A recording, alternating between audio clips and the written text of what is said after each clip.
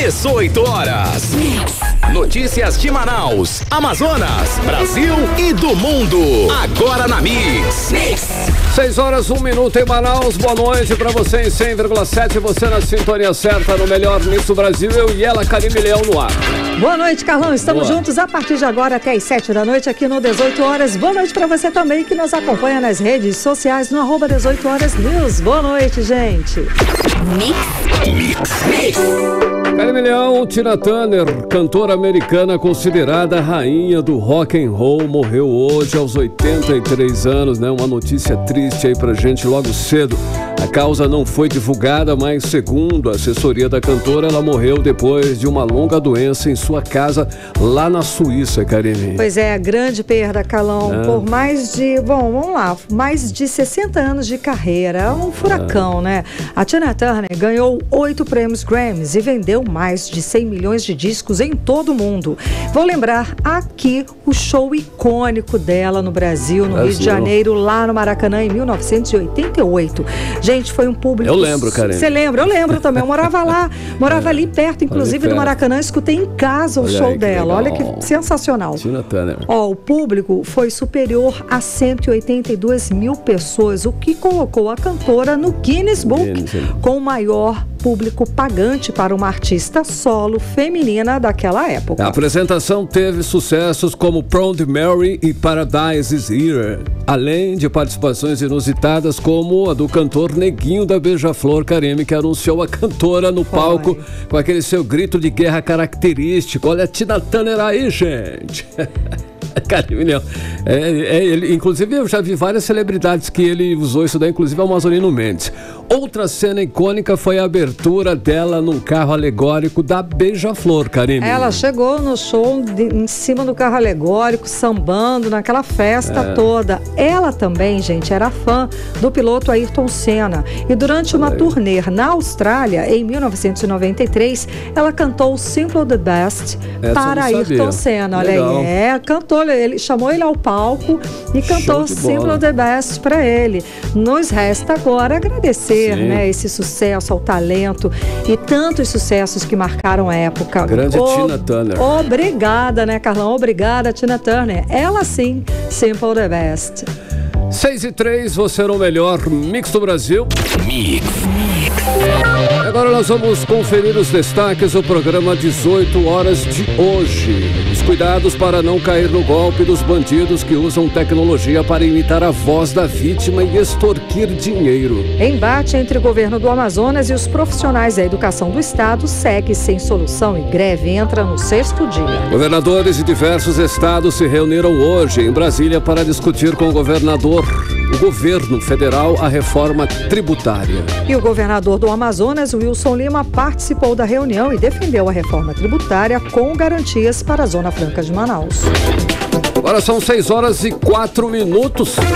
E você era o melhor Mix do Brasil. Vamos juntos até às 7 da noite com os destaques do dia. Informação para você em mais uma edição do programa 18 horas. Tudo isso aqui no melhor Mix do Brasil até às 7 da noite. Hoje é quarta-feira, 24 de maio de 2023, no ar. 18 horas. E a Delegacia Especializada em Repressão a Crimes Cibernéticos aqui de Manaus passou a alertar a população agora sobre o novo golpe em que criminosos usam a inteligência artificial. Olha aí a que ponto chegamos, Karime. A inteligência artificial para imitar a voz de pessoas e assim aplicar golpes. Carlão, absurdo, essa, né, é nova. Carlão? Essa é a nova. E sobre essa nova modalidade de golpes, nós já abordamos. A gente já chegou a comentar aqui no 18 horas. Bom, o golpe em si não tem nada de novo. Aquela velha história. Os criminosos ligam ou mandam mensagens alegando que sequestraram familiares da vítima ou se passam por alguém, algum amigo, filho, mãe da vítima, pedindo dinheiro, né? Dizendo que precisa de dinheiro para alguma coisa. Mas agora, como você falou, com essas réplicas, né, de vozes nas ligações e mensagens de voz, são exatamente as mesmas, são muito parecidas com a voz das vítimas, o que engana fácil. fácil qualquer familiar. Bom, as vítimas são pegas de surpresa e facilmente correm para agir e ajudar os entes queridos. Lógico, porque a voz você escuta, pô, de repente o Carlão ali, a mensagem do Carlão, Karime, me ajuda aqui. Claro que você na mesma hora, né, Carlão? Sabe o que é legal? É ter um código, sabe? Eu tenho um código com os meus filhos. Esse é um código que você combina com os familiares e amigos, mas ao vivo, tá, gente? Qual é a palavra-chave? Uma palavra-chave, mas é ao vivo, gente. Não vai digitar o código no WhatsApp, né? Combina ao vivo aí com seus amigos, seu círculo de amizades, uma palavra-chave, né, Carlão? Karime, olha só, o software de geração de voz de inteligência artificial analisa o que torna a voz de uma pessoa única, incluindo idade, gênero e sotaque, e pesquisa um vasto banco de dados de vozes para encontrar outras semelhantes e prever padrões aí, ou seja, é uma série. Então a inteligência artificial pode recriar o tom, o timbre e os sons individuais da voz de uma pessoa facilmente. Isto requer apenas uma pequena amostra de áudio retirada de lugares como YouTube, por exemplo, que tem muito, podcast comerciais, TikTok, Instagram, várias coisas aí no Facebook, né? Todo mundo deixa registrado em algum momento algum áudio, né? É difícil. Bom, e mesmo os criminosos com pouco conhecimento tecnológico, eles seriam capazes de realizar fraudes desse tipo. Softwares de geração de modelos de voz estão disponíveis ao público e custam pouco, gente, ao perigo, tá? Com valores de assinatura a partir de R$25. Por isso, esse tipo de golpe utilizando a inteligência artificial está cada vez mais frequente. Olha aí, Karime, a imitação é praticamente perfeita, o que facilita o golpe. É muito difícil diferenciar um áudio original de um produzido com software de inteligência artificial. E é por isso que o delegado Antônio Rondon alerta para que as pessoas tomem mais cuidado, fiquem bem atentas aí no ambiente virtual, pois cada vez os criminosos aí de plantão, eles estão mais audaciosos e inventando direto aí novas modalidades de golpes, né? E surgem aí o tempo todo. Tem que ficar atento, tem que ficar alerta, né? O caso da inteligência artificial entrando com tudo agora nesse esquema aí que simula a voz de um familiar ou conhecido, Karime. E a repórter Nathalie Moraes, Carlão, ela conversou com o delegado e traz mais informações pra gente. Vamos acompanhar. Com a chegada de novas tecnologias que vêm para ajudar cada vez mais o cotidiano das pessoas, surgem também novas modalidades de golpes. O delegado Antônio Rondon, da Delegacia Especializada em Repressão aos Crimes Cibernéticos, fez um alerta à população sobre o novo golpe envolvendo a inteligência artificial, onde os criminosos imitam a voz de pessoas para aplicar golpes aqui no Amazonas. A inteligência artificial é um avanço tecnológico que permite que os sistemas simulem a inteligência similar à humana, desde as mais simples até as mais complexas. O delegado Antônio Rondon alerta para que as pessoas tomem mais cuidado no ambiente virtual, pois cada vez mais os criminosos estão mais audaciosos nas novas modalidades e novos golpes vêm surgindo. Os criminosos hoje em dia, eles se utilizam de inteligência artificial. O que vem a ser inteligência artificial? É um avanço tecnológico que faz com que aquele aparelho eletrônico, aquele dispositivo eletrônico consiga simular a inteligência humana. O golpe mais comum que normalmente vem sendo executado são golpes que se utilizam de aplicativos de mensagens ou redes sociais, onde o golpista se passa por uma pessoa já conhecida. Ele hackeia a página ou então cria um número de telefone através do aplicativo de mensagem com a fotografia da pessoa. E ele, utilizando da inteligência artificial, manda um áudio exatamente idêntico à voz daquela pessoa. Então o parente normalmente cai no golpe por acreditar, ouvindo o áudio, que está de fato falando com aquele seu parente ou seu conhecido, quando na realidade aquela voz foi criada por meio da inteligência artificial. Nesses casos, como as vozes são idênticas, a família acaba acreditando que de fato se trata daquele conhecido e acaba realizando a transferência bancária, tendo prejuízos financeiros. Somente algum tempo depois, ela se dá conta que foi vítima de um golpe. Entre as pessoas que estão mais suscetíveis a essa modalidade criminosa são aquelas com bastante atuação nas redes sociais, como os influencers, pois os criminosos têm maior facilidade em captar as suas vozes.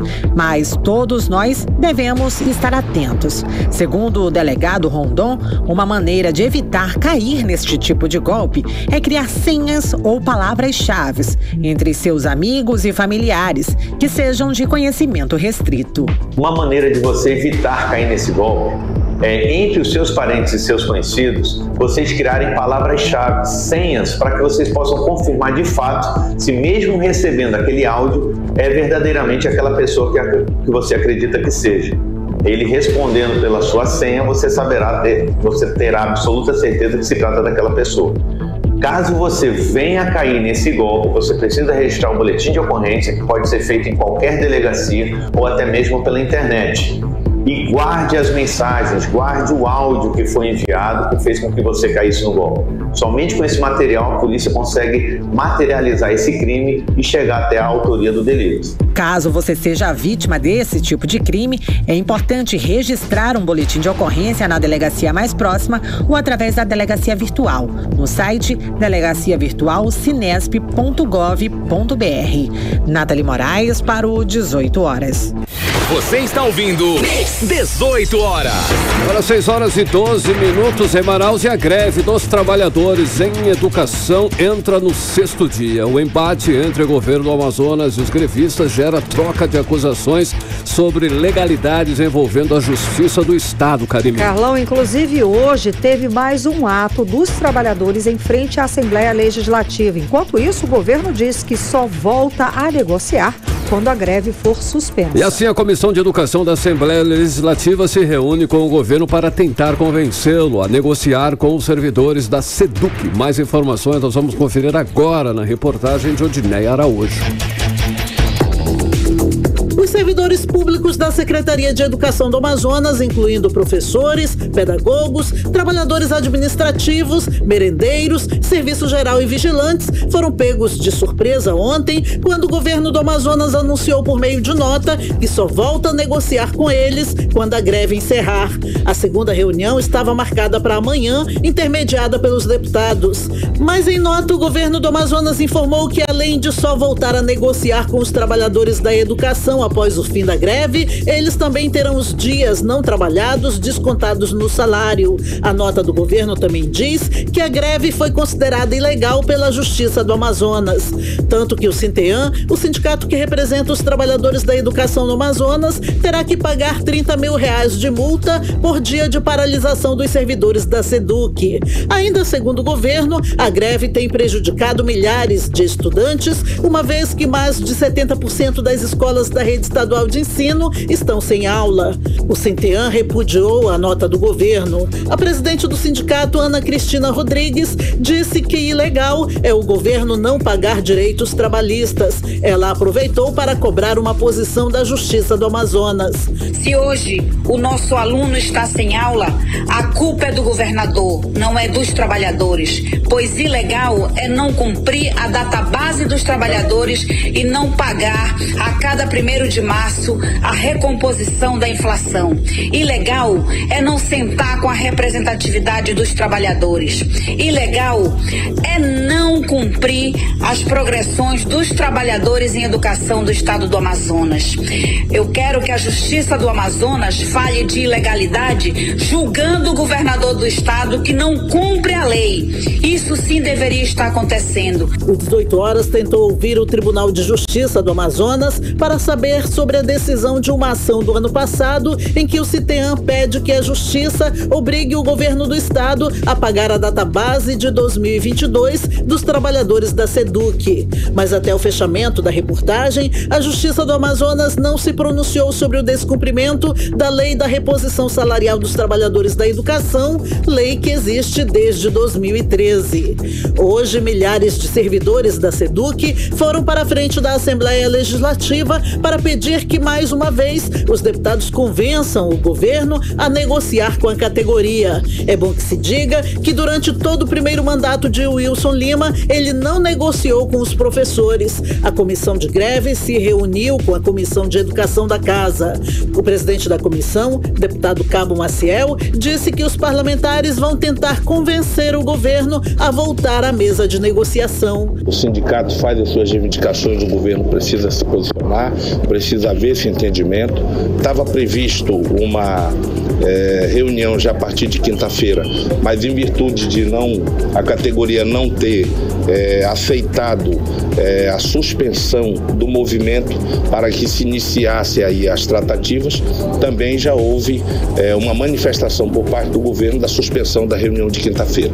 Nesse momento, eu vou me deslocar mais uma vez com o líder do governo, deputado Felipe Souza, ao Palácio do Governo, tentar manter a reunião de quinta-feira. A presidente do Sinteã, Ana Cristina Rodrigues, disse que a categoria se recusou a paralisar a greve sem que haja nenhum acordo, mediante a falta de respeito do governo com os trabalhadores. Infelizmente, o governador não senta com os trabalhadores, mas quem ele delegar, se for o Sérgio Litaif, se for o secretário de Fazenda, ou o secretário Flávio, ou a secretária Cuca, mas que venha com poderes de decisão, nós sentaremos e estaremos ali negociando. Ana Cristina Rodrigues aproveitou para denunciar a retaliação do governo aos educadores. É o assédio moral sofrido pelos trabalhadores em educação que aderiram ao movimento em relação às suas R6, às suas cargas dobradas e em relação aos PSS que estão sob ameaça de suspensão do seu contrato. Isso sim a Justiça do Estado deveria estar analisando. Com o posicionamento do governo, novos municípios aderiram ao movimento grevista na educação. De acordo com o Sinteã, agora já são 54 municípios em greve na educação no Amazonas. Odinei Araújo para o 18 horas. Você está ouvindo 18 horas. Olha só, a falta de troco tem gerado muita confusão no transporte coletivo. Por quê? Depois do aumento da tarifa de ônibus em Manaus, que foi para R$ 4,50, muitos passageiros afirmam ter ficado no preju, porque não tem os 50 centavos para devolver, né? Para dar o troco, né, Karine? Então fica o cincão lá, né? Pois fica lá, 5 fica. Aí se o passageiro tiver faltando aí 50 centavos, não ele passa, entra? Não passa, aí não dá, né, gente? Escuta só a média, Carlão, são mais de 100 mil pessoas que usam diariamente o dinheiro em espécie lá para pagar a tarifa. E são essas pessoas que sofrem com a falta do troco. Gente, tem a lei do troco, tá? Que prevê a gratuidade quando não tiver troco. E essa lei não está sendo aplicada. Vamos entender mais sobre o assunto agora com André Meirelles.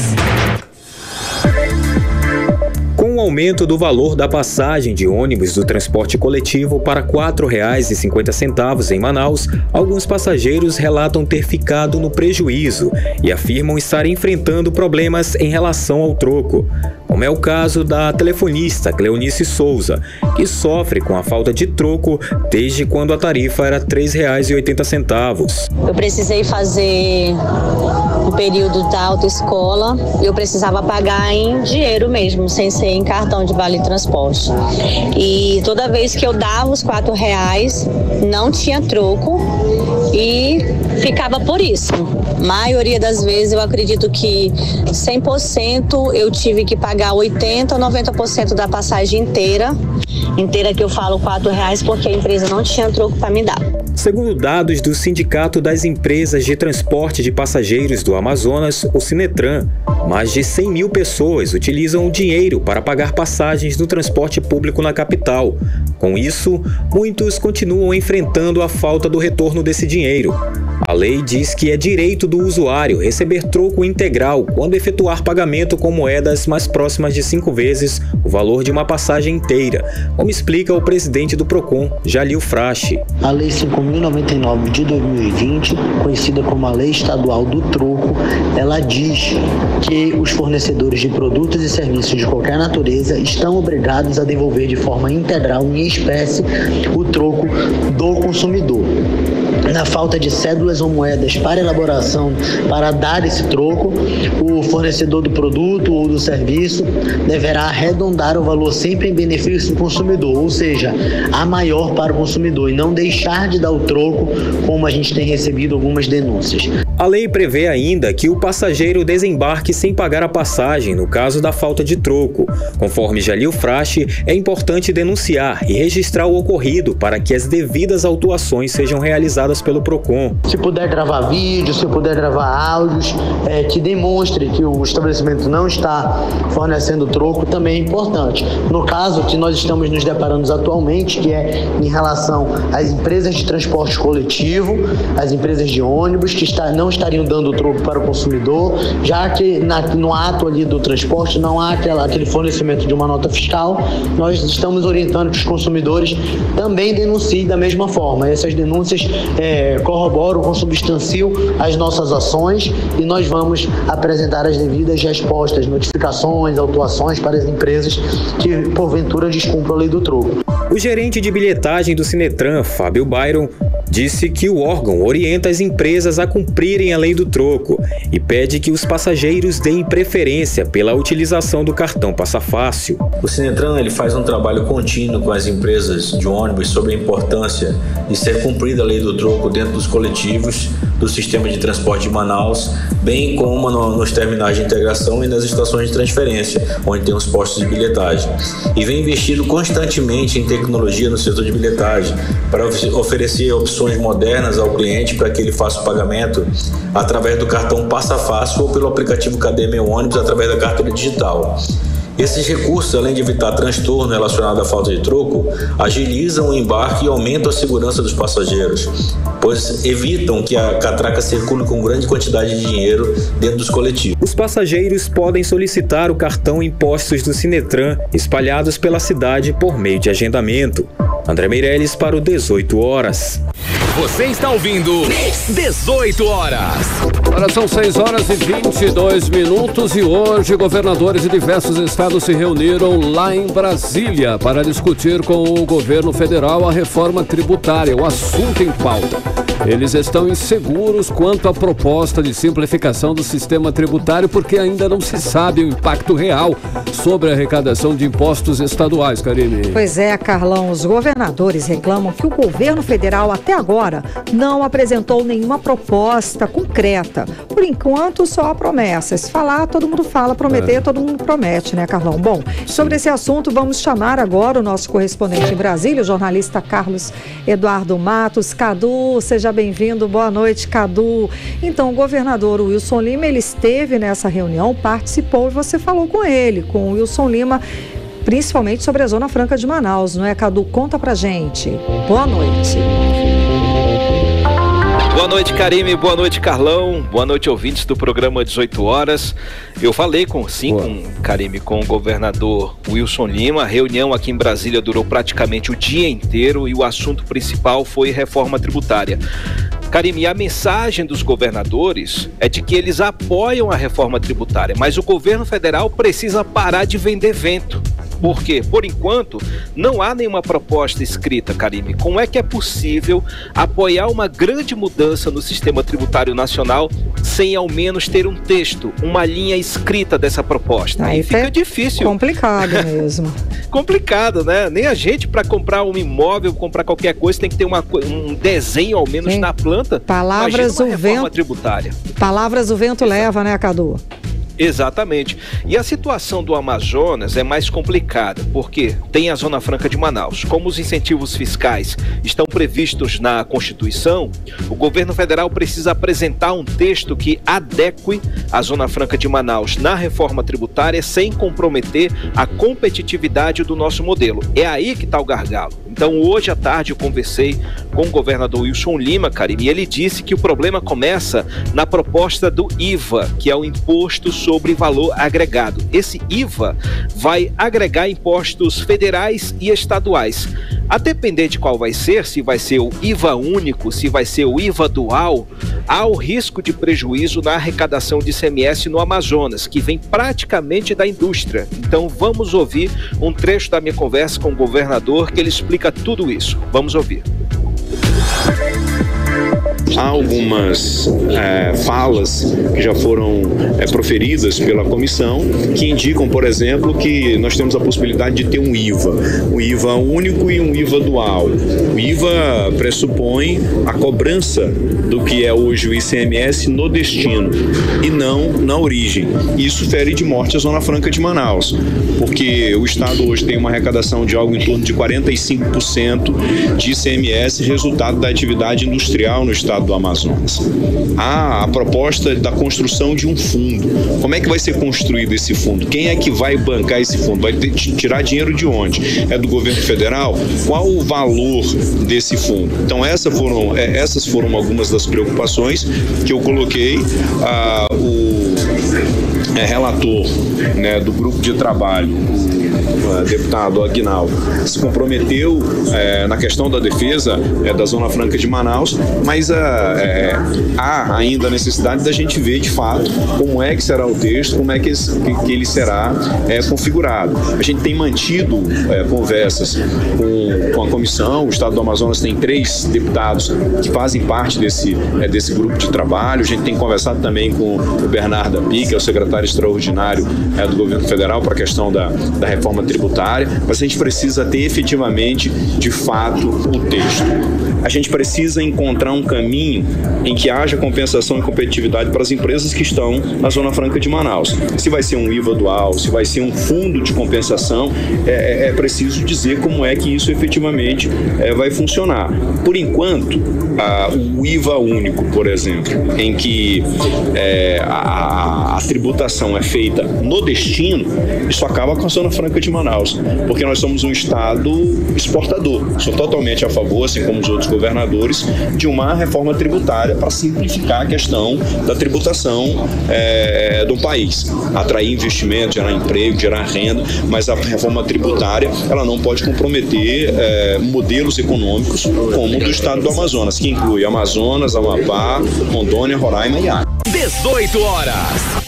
A gente acompanhou a fala do governador Wilson Lima em Brasília, que está em Brasília, falando a respeito da reforma tributária e tudo que pode acarretar aqui para o estado, né, Cadu? Exatamente, Karime, essa fala do governador Wilson Lima é de preocupação, porque de um lado tem o governo e o Congresso Nacional pressionando para aprovar a reforma tributária até julho, e de outro tem os governadores, que se queixam do atraso do governo, que ainda não entregou o texto final da proposta de reforma, ao menos um rascunho, uma minuta. E se os governadores, Karime, não estiverem juntos com o governo nessa jornada da reforma tributária, claro que a reforma tributária vai empacar mais uma vez. E a gente percebe que o governo está falhando, está contando com o ovo dentro da galinha. Karime, Carlão.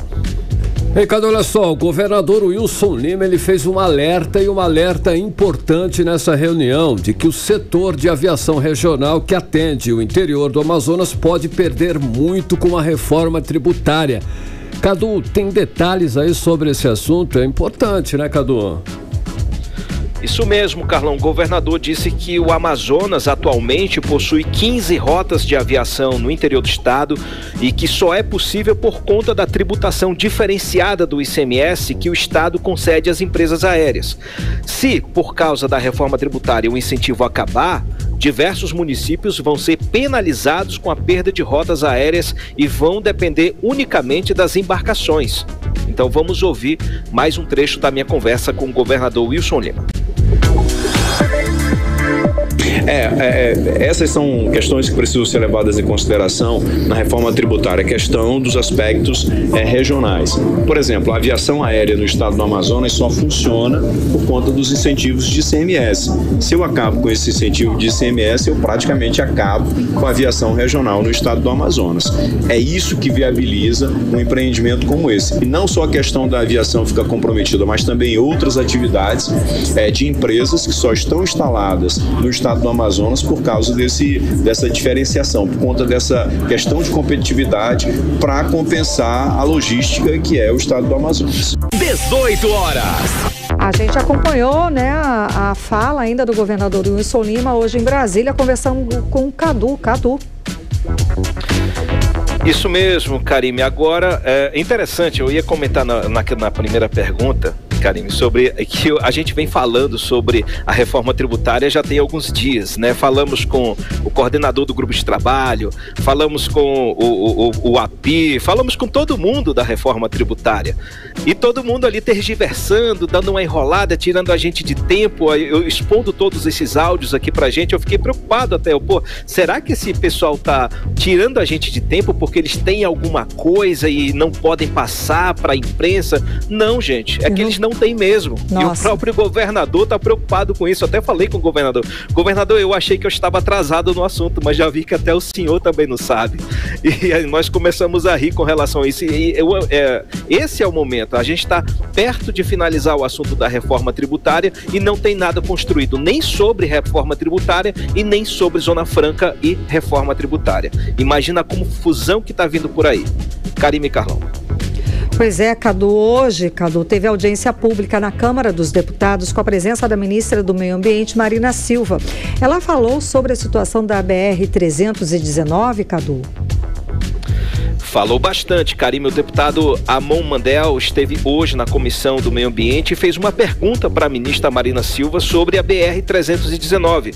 Como é que fica a licença ambiental para as obras de recuperação?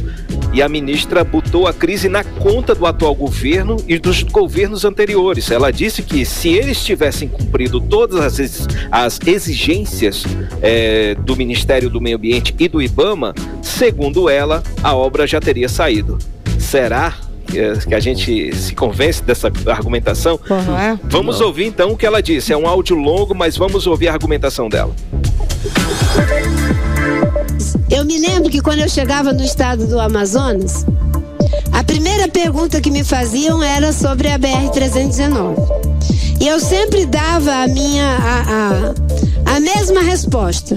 Se comprovada viabilidade econômica, ambiental, social e cultural, é assim que se faz o processo de licenciamento de um empreendimento. Agora mesmo nós tivemos uma reunião de governo nessa polêmica de exploração de petróleo na Foz do Amazonas, e o governo tomou a decisão de que projetos de altíssimo impacto ambiental terão que ser vistos olhando ou para a bacia hidrográfica ou para a área de abrangência do empreendimento a partir da avaliação ambiental estratégica. No caso da BR-319, com certeza, o trecho que é o miolo ali, não é, das duas pontas, Amazonas e Rondônia, precisa de uma avaliação ambiental estratégica. Mas por que eu estou dizendo que, né, se fosse ser irônico? Eu saí do governo em junho de 2008. Todo mundo falava e decantava a estrada e virou uma lenda de que era a ministra Marina Silva que não deixava fazer a estrada. O problema era a ministra Marina Silva que não deixava fazer a estrada. Eu saí em 2008. Se esse empreendimento fosse um empreendimento fácil, se esse empreendimento não tivesse altíssimo impacto ambiental, se esse empreendimento tivesse comprovado viabilidade econômica, social, ambiental, quando eu digo passando pela avaliação dos técnicos do IBAMA, sem que eles tenham que ser pressionados para A ou para B, e respeitada a sua posição técnica pelo presidente do IBAMA e pela ministra. Se fosse um processo fácil, é possível que já tivesse sido feito. 18 horas. Será, né? Tá aí a avaliação da ministra do Meio Ambiente, Marina Silva, a respeito da BR-319, Cadu. Ela se defende pela história, né? Ela usa esse argumento de que a BR-319 há muito tempo que se pede a liberação, a licença ambiental, e ela diz lá, a culpa não foi minha, a culpa é dos governos anteriores que não fizeram a sua parte. E Karime, o governador Wilson Lima também falou sobre a política ambiental austera da ministra Marina Silva, então vamos ouvir a alfinetada dele.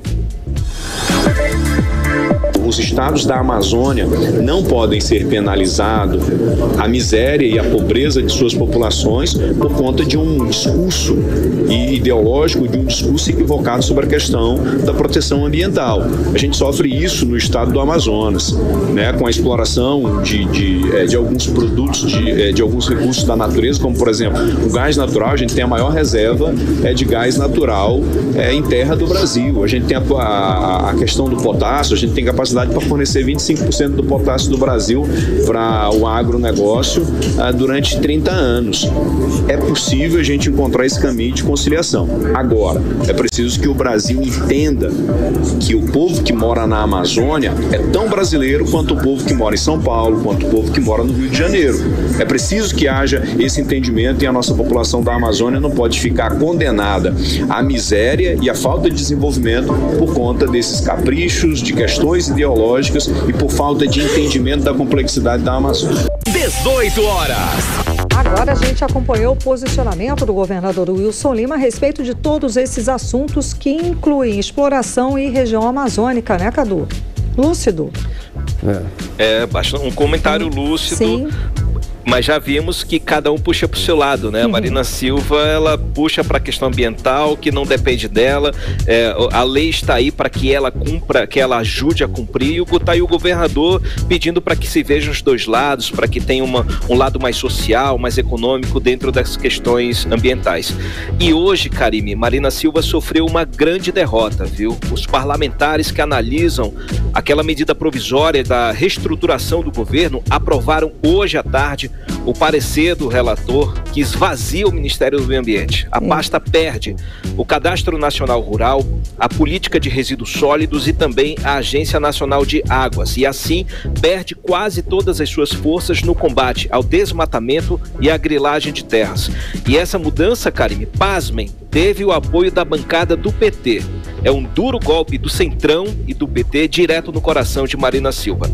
Agora, Karime, mudando o rumo da prosa, né, antes da gente encerrar, a gente precisa falar da vitória de ontem do governo, que conseguiu ter a aprovação do polêmico novo marco fiscal. A proposta permite a ampliação dos gastos públicos, mas torna a legislação fiscal mais rígida para o governo em caso de perda de controle das contas. A bancada do Amazonas contribuiu para o sucesso do governo. O vice-líder do PL, o deputado Capitão Alberto Neto, votou sim, e ele faz parte da oposição. Fausto Júnior e Saulo Viana, ambos aí do União Brasil, também votaram sim. Átila Lins e Sidney Leite, ambos do PSD, votaram sim. E Amon Mandel, do Cidadania, votou sim também. No Republicanos deu racha, viu? Adail Filho votou sim e Silas Câmara não registrou o voto. O texto seguiu para o Senado Federal já com o acordo de ser votado em regime de urgência e ser aprovado no plenário o quanto antes, tal qual aconteceu na Câmara dos Deputados. Então volto com vocês, Karime e Carlão. Obrigada pelas informações, Cadu. Boa noite, bom trabalho. Valeu, tchau, tchau. Cadu.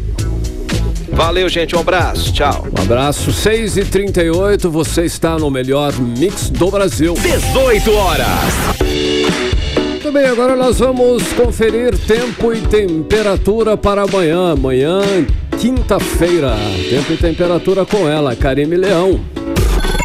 Previsão do tempo.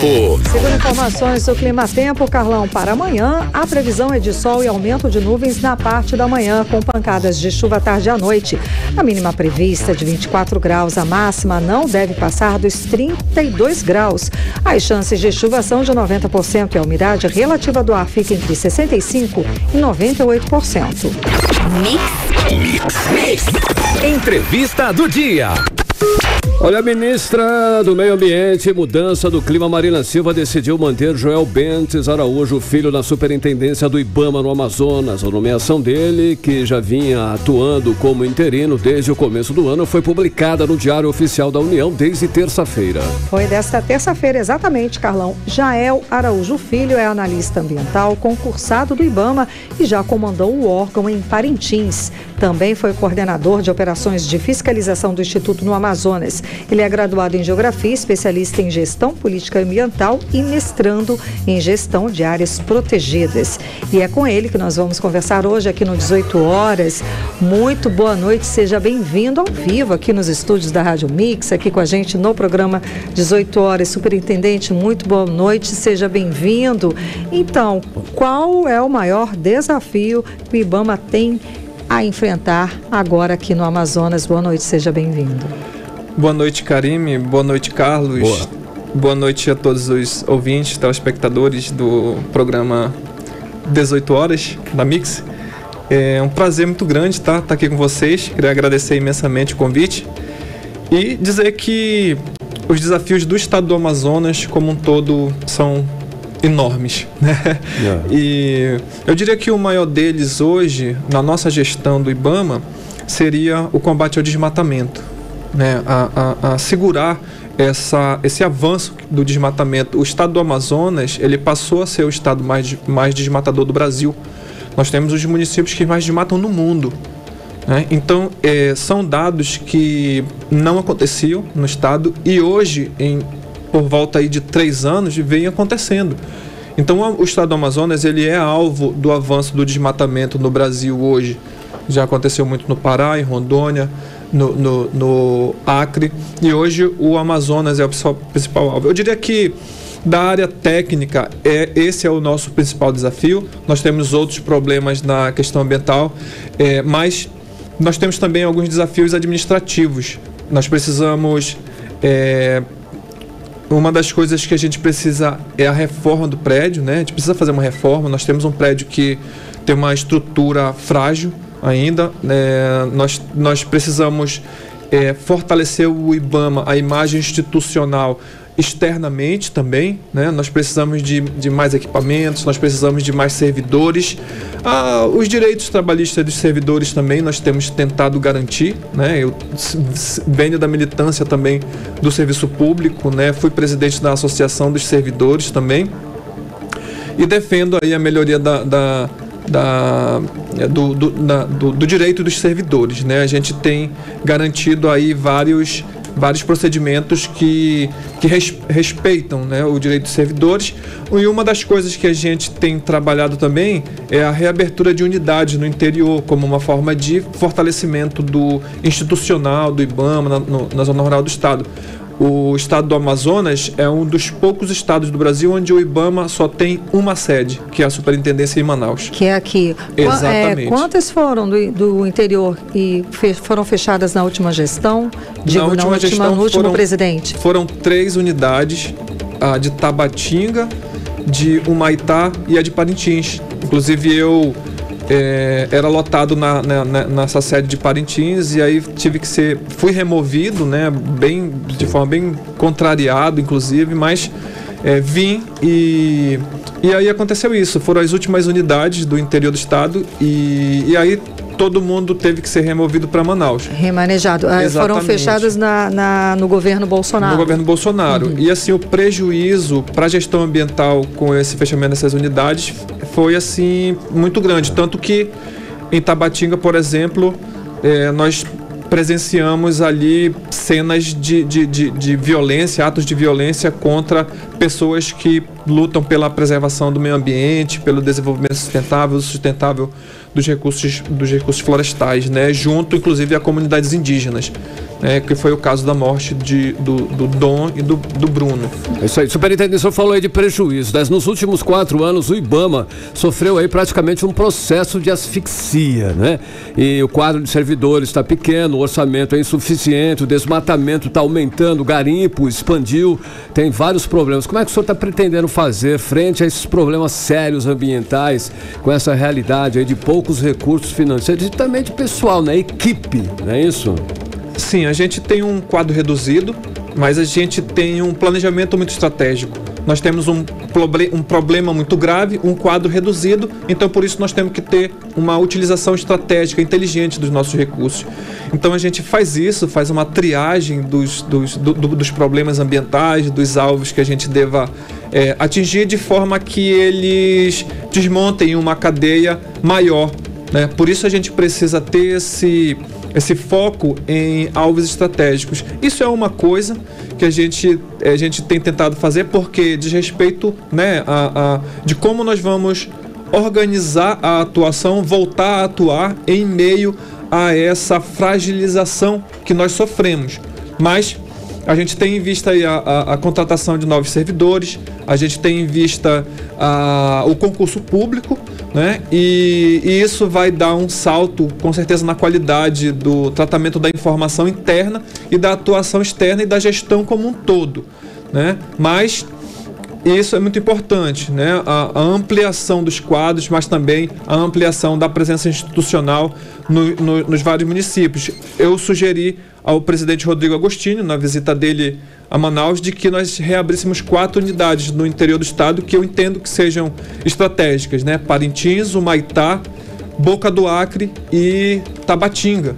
Então a gente está agora começando um processo de dar os primeiros passos nesse sentido. A gente precisa pensar na sede em Manaus, primeiramente, né? Onde nós estamos hoje, para poder pensar no futuro, e o futuro é o crescimento do IBAMA, de forma que a gente possa ter mais capilaridade no estado para combater ali crimes como exploração ilegal de madeira, o desmatamento no sul do estado, que são ali nossas principais pautas naquela região. E são pautas perigosas e que a gente remete à criminalidade. O senhor lembrou agora do caso do assassinato do jornalista Bruno Araújo e o indigenista Dom Phillips.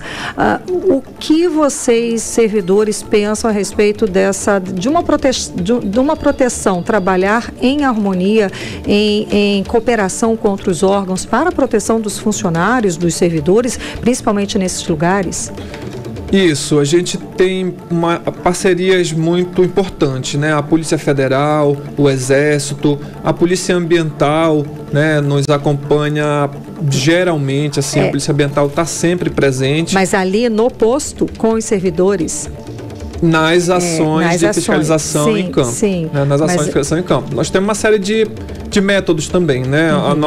As nossas capacitações, elas preparam o agente para se resguardar, tomar todos os cuidados necessários. É óbvio, né, que a gente sabe que pode ocorrer casos de agressão, inclusive servidores do IBAMA já sofreram ataques, agressões em outros estados, né? Mas nossos colegas eles têm treinamento, têm porte de arma, também tem colete balístico, né? Tem ali um aparato de segurança mínimo e somado ao aparato de segurança das outras agências que nos acompanham, agências de segurança, né? Mas com certeza a gente precisa fortalecer ainda mais, né, a preservação da segurança dos nossos servidores.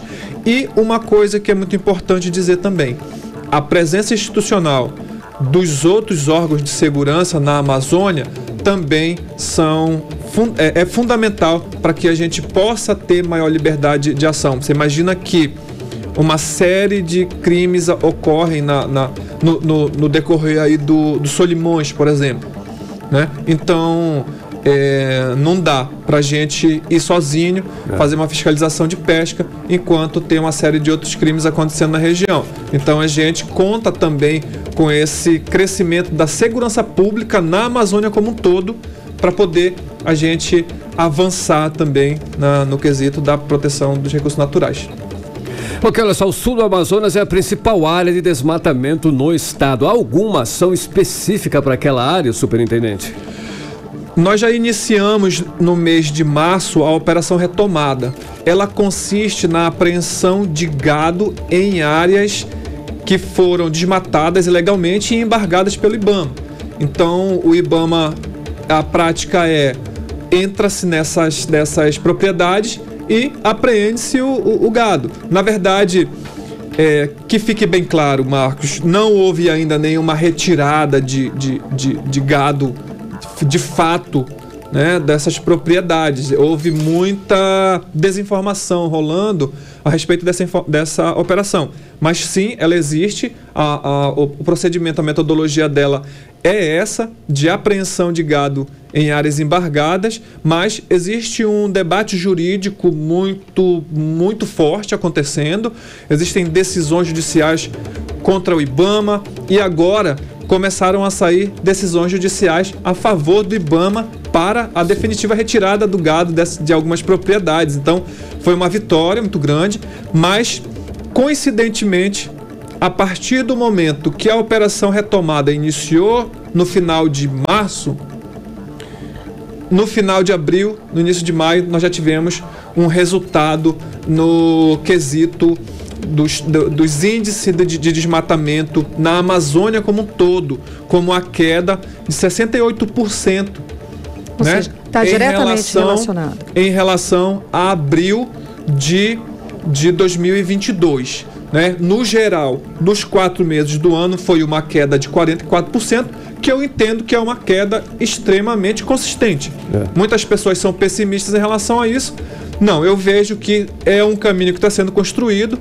A partir de agora, a operação retomada vai tomar novos rumos e o combate ao desmatamento vai voltar a acontecer com a metodologia antiga, né, com aquela busca ativa de desmatadores, né, de pessoas que realmente têm ali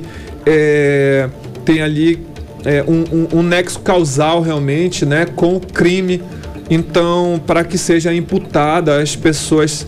Então, é uma outra metodologia, mas que vai continuar acontecendo, especialmente, né, de forma mais intensa, agora no segundo semestre, que é o período do verão, que é o período que o desmatamento também se intensifica na Amazônia. Ok. Tá ótimo. Então, muitíssimo obrigada pela sua presença, conversando com a gente aqui. Então, o seu maior desafio daqui para frente é exatamente esse, é o desmatamento, que é a bandeira da vez, não é? Na parte técnica, sim, esse é o nosso maior desafio. Tá ótimo. Na parte administrativa, tem toda... fortalecer o IBAMA, fortalecer a imagem institucional, fazer a reforma, proteger os servidores e seus direitos, né? Dar a ele qualidade de vida funcional, para que eles possam fazer o trabalho com liberdade e com toda a capacidade técnica que eles têm. Tá ótimo. Então, muitíssimo obrigada pela sua presença aqui nos estúdios da Mix, conversando com a gente aqui no 18 horas. Eu que agradeço, em nome dos servidores do IBAMA, em nome da ministra Marina Silva, em nome do presidente Rodrigo Agostinho, né, e toda a área técnica do IBAMA. Muitíssimo obrigada. A gente que agradece, sucesso, bom trabalho, boa noite. Obrigado. Conversamos com o superintendente do IBAMA no Amazonas, Joel Bentes Araújo Filho. 6h51. 18 horas. Vamos para a Cíntia Blink, Karine. Já está conectada, Cíntia Blink, okay. Muito boa noite. Vamos agora saber dos bastidores da política local com ela, jornalista Cíntia Blink. Então, Paulderney volta à cena e se mostra confiante em retomar o comando do União Brasil, do Partido União Brasil, mesmo depois daquela confusão toda. Cíntia, boa noite. Boa noite, Karine. Boa noite, Carlão. Boa. Todo mundo que está com a gente na 100.7. Então, o tom do Luciano Bivar, que é o presidente da Comissão Executiva Nacional do União Brasil, mudou um pouco daquela última nota que foi a que o Paulderney recebeu durante a coletiva, que houve todo aquele constrangimento que nós conversamos aqui. Agora vem uma nota de informação que fala que cabe ao Partido União Brasil cumprir as exigências da Justiça, mas que a União Brasil Nacional vai se reunir o quanto antes para fazer um diretório provisório, porque o partido ficou sem comando, né, com a decisão da liminar da Justiça que cancelou a eleição em que Paulderney Avelino foi colocado ali na presidência do União Brasil do Amazonas. Então, Brasília vai definir aí como é que fica esse diretório provisório. E sabe quem está em Brasília? Paulderney Avelino. Ele quem me ligou mostrando essa nota. E aí a notificação termina dizendo que União Brasil não interfere nos diretórios estaduais. Mas a gente vai continuar acompanhando essa novela, porque, tá prometendo vir mais capítulos por aí. Karine, Carlão. Ei, Cíntia, olha só, a prefeita de Inhamundá, Raimunda Brito Pandolfo, cancelou o contrato com o cantor João Gomes, aquele que nós já falamos aqui, inclusive, que eu não conhecia, mas agora eu sei quem é, viu, Cíntia? No valor de R$500 milhão. Não, é porque eu conhecia, que nem você falou, você não está associando o nome à música, e é verdade, realmente ele tem vários sucessos aí. Qual foi o motivo, Blink, do contrato ser cancelado? Pois é, o pagamento ali... Na verdade, o contrato não foi cancelado ainda, mas o Ministério Público pediu a suspensão por causa do valor de R$500 mil pelo show do cantor. Está sendo aí no dia 28 que está programado para ser o show. Na terça-feira 23, também conhecida como ontem, foi quando o Ministério Público pede aí a suspensão pelo promotor de justiça Márcio Pereira de Mello. Ele fala sobre a crise econômica da cidade de Inhamundá, que não consegue sustentar serviços básicos como saúde, educação, saneamento básico, infraestrutura. Lá a cidade tem um lixão a céu aberto, tem ruas sem sinalização, enfim, ele traz toda uma realidade que ele entende que não é razoável ter um show tão caro numa cidade que tem outras prioridades. Com certeza. Tá certo, não é? Tá certo. Cíntia, para finalizar, Cíntia, a Câmara Municipal de Manaus não define o destino do vereador Gilmar Nascimento. Afinal de contas, ele fica ou não à frente da Comissão de Constituição, Justiça e Cidadania?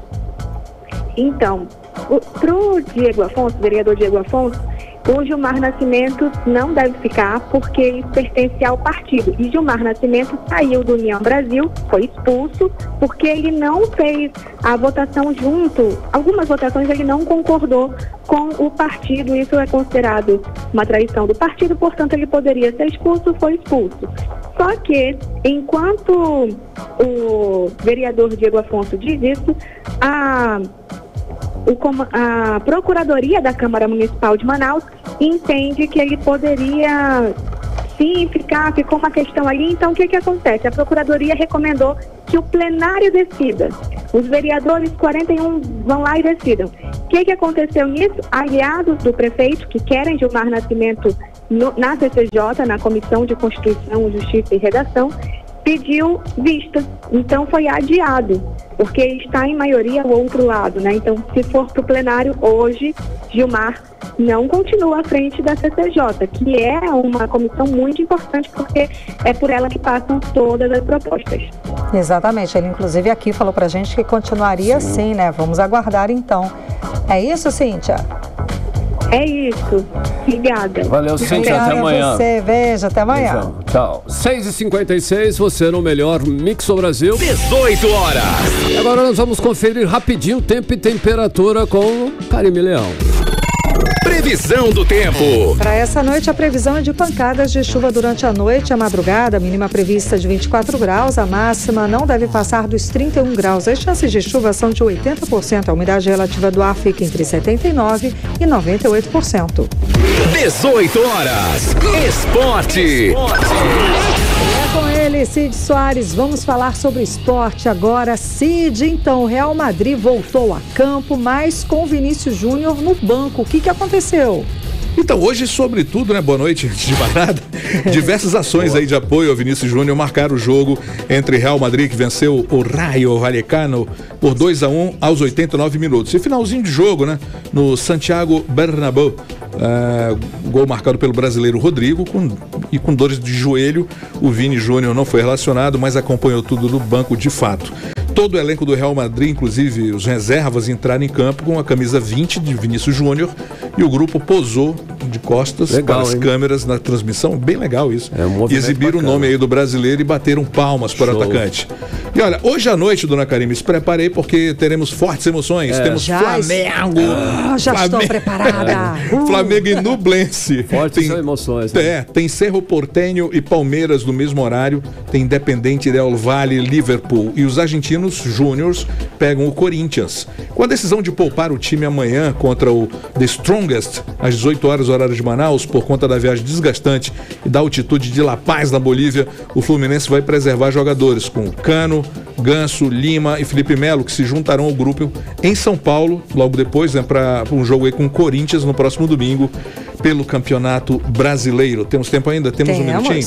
Bom, o deputado federal Danilo Forte, do União Brasil, que integra a CPI da manipulação de resultados, afirmou hoje que mais 2 ex-jogadores do Ceará estão sendo investigados pelo Ministério Público de Goiás, suspeitos de manipulação de resultados no futebol, além de Nino Paraíba e Richard Coelho. E olha, para encerrar, o presidente da Federação Amazonense de Futebol, FAF, Ednailson Rosenha, foi convocado a depor como testemunha na CPI de manipulação do futebol, que começou seus trabalhos ontem. Rosenha disse o seguinte, aspas, pretendo contribuir com os trabalhos, levar o que a gente apurou. Nós fomos a primeira federação a bater de frente com a manipulação, a primeira federação a denunciar tudo isso que vinha acontecendo, né? E claro, estaremos sim em Brasília. estaremos no seio da CPI. A data do depoimento do presidente da FAF ainda não foi definida e era isso que tínhamos para hoje. Muito que bem. Soares. Muito obrigada pelas informações, Cid Soares. Boa até noite, amanhã. Até amanhã. 18 horas. Agora em Manaus, 6 horas e 59 minutos. Seguimos direto para o Editorial 18 horas. Editorial 18 horas. A Câmara dos Deputados foi palco hoje de uma grave denúncia. A Amazônia tem sido alvo de muita desinformação. Dados levados à Câmara indicam que há pelo menos 70 páginas difusoras de fake news atuando na Amazônia Legal. Essas páginas, com milhões de seguidores, têm potencial para impactar a vida de quem mora na região. Quase nenhuma delas ouve a população da região e os cientistas. Ao contrário, descartam a ciência e o conhecimento tradicional. Mas parece mais importante é que as fake news sobre a Amazônia esquecem o principal. O que acontece com a floresta impacta a vida até dos que moram longe da Amazônia. Trata-se do próprio equilíbrio ambiental do planeta. Então, é preciso discutir o futuro da Amazônia com seriedade. Por isso, combater as fake news sobre a região é fundamental para o futuro até da humanidade. 18 horas. Olha aí, Karime, 7 em ponto. Boa noite, até amanhã. Boa noite, um beijo, até amanhã. Continue bem, continue aí em 100,7. Você ouviu 18 horas. As notícias do Brasil e do mundo. De volta amanhã.